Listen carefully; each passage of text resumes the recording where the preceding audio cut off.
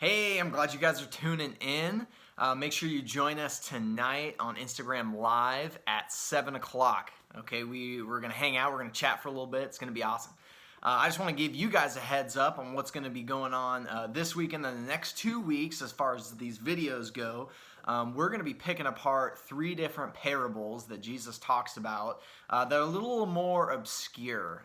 These are parables that I've read a million times, and for so many years I have really just kind of been dumbfounded by some of them. I've been reading them just like, what is this supposed to mean?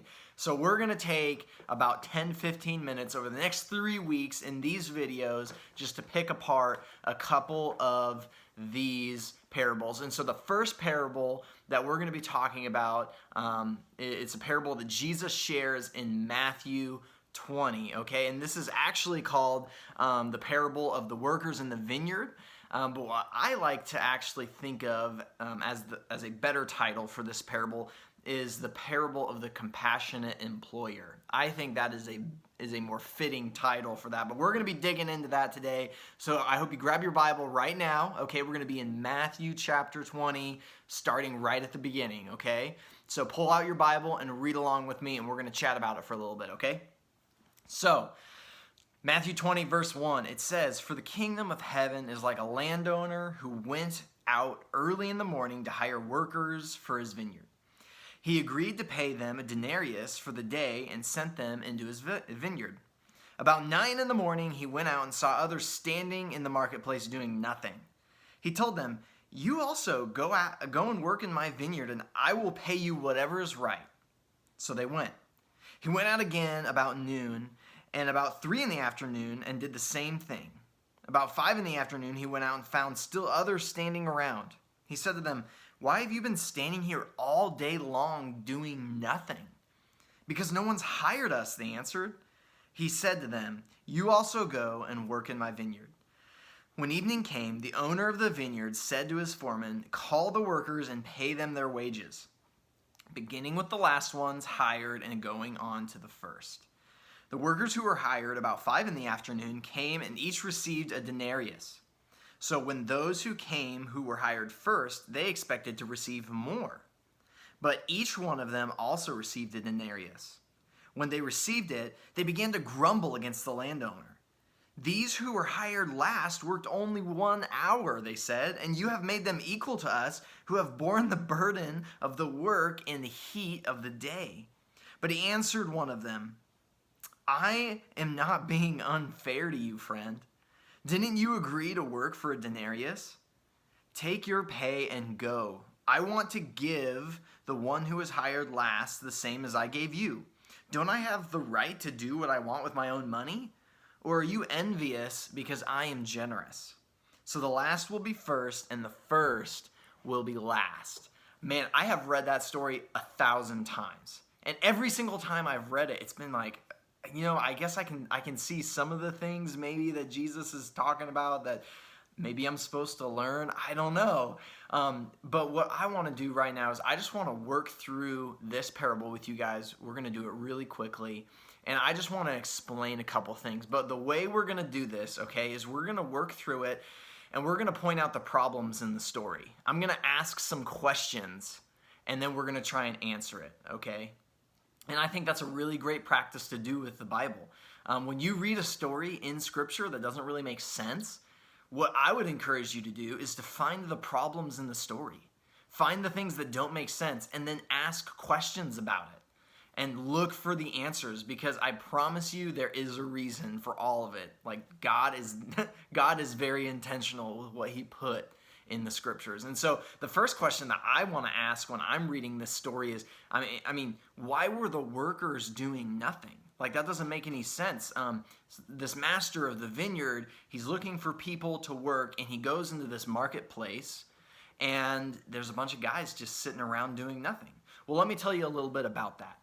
So in the ancient Near East, okay, in Israel, where this setting is taking place, it's actually a really, really common practice for men who are unemployed to go into a specific corner or area in town where they'll stand and they'll wait for people who are looking for workers to come and hire them for a day.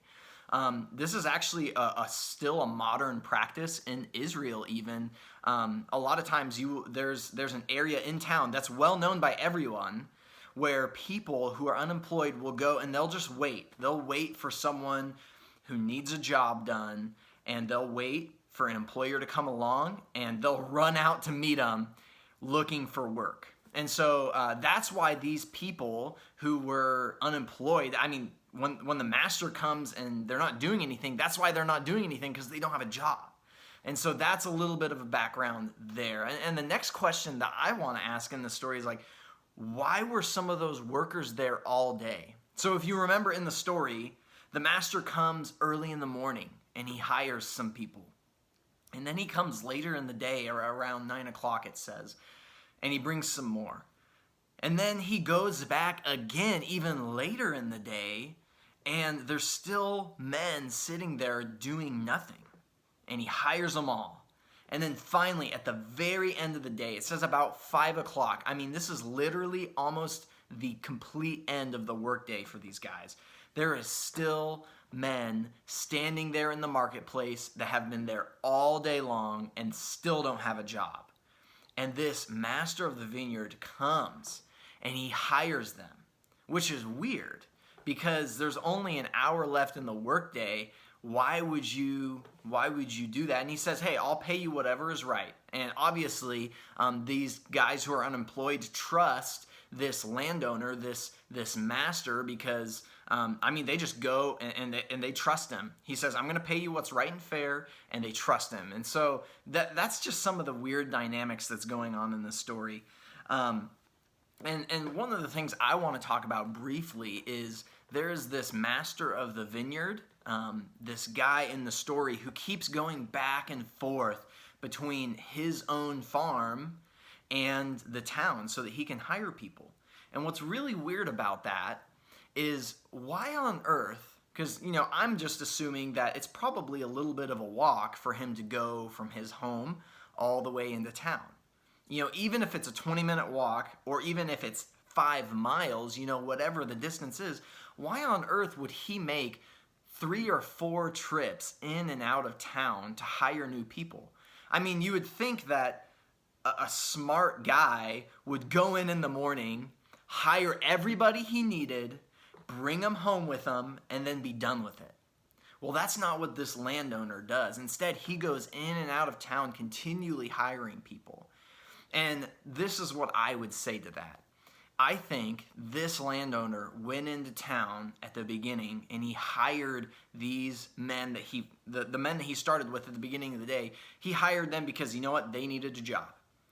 And he left probably thinking, everybody else that's still here, I'm just hoping that they're going to be hired at some point before the end of the day so that they can provide for their families, because this was really, really not an easy thing for these men to stand out on the corner waiting for work. I mean, that's not an easy thing to do because they're pretty much announcing their status to everybody. They're telling everybody, I don't have any money. I'm looking for work so I can provide for my family. And this landowner, it's really, really actually an amazing display of compassion because he's thinking to himself, I'm putting myself in the landowner's shoes. And he goes into town, he brings everybody back, and it's middle of the morning, and he's thinking, I wonder if the rest of those guys back in town found a job. I'm worried about them because they need to be able to provide for their families too. And because of his compassion, he decides to go back into town and see if they're still there. And you know what? He finds them there. And he hires them because he has compassion on these guys.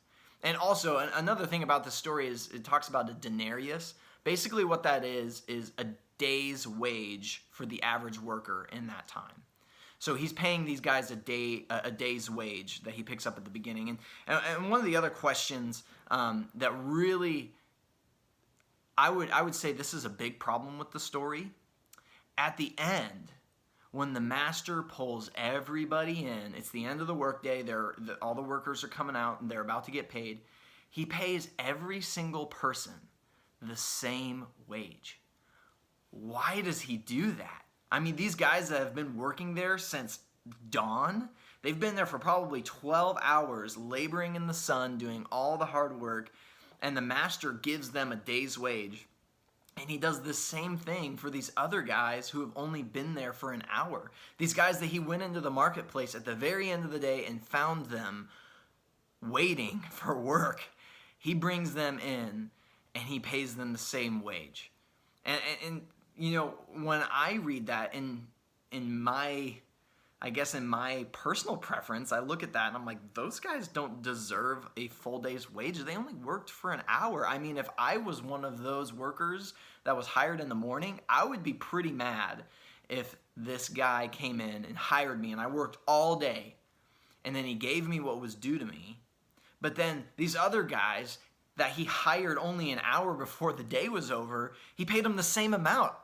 I can see why they would be angry. I mean, if you read at the end of the story, they say these who were hired last worked only 1 hour. And why have you made them equal to us, the guys who have carried all of the heavy burdens throughout the day? I think this story gives us a really, really good picture into who our God is. Our God is just like this master, this vineyard owner in this story. He is a God who will continually make trips back into town to make sure that everybody gets employment to provide for their family. In other words, he is compassionate. He is willing to go the extra mile and go way out of his way to go back into town and to take care of people that need taken care of. And not only that, like, our God is a God who gives equal payment to everyone. Like these guys in the end that came in and only worked for an hour, they didn't deserve a full day's wage. But the master, the vineyard owner, loved them and had compassion on them, and he was generous. He was generous to them, just like our God is.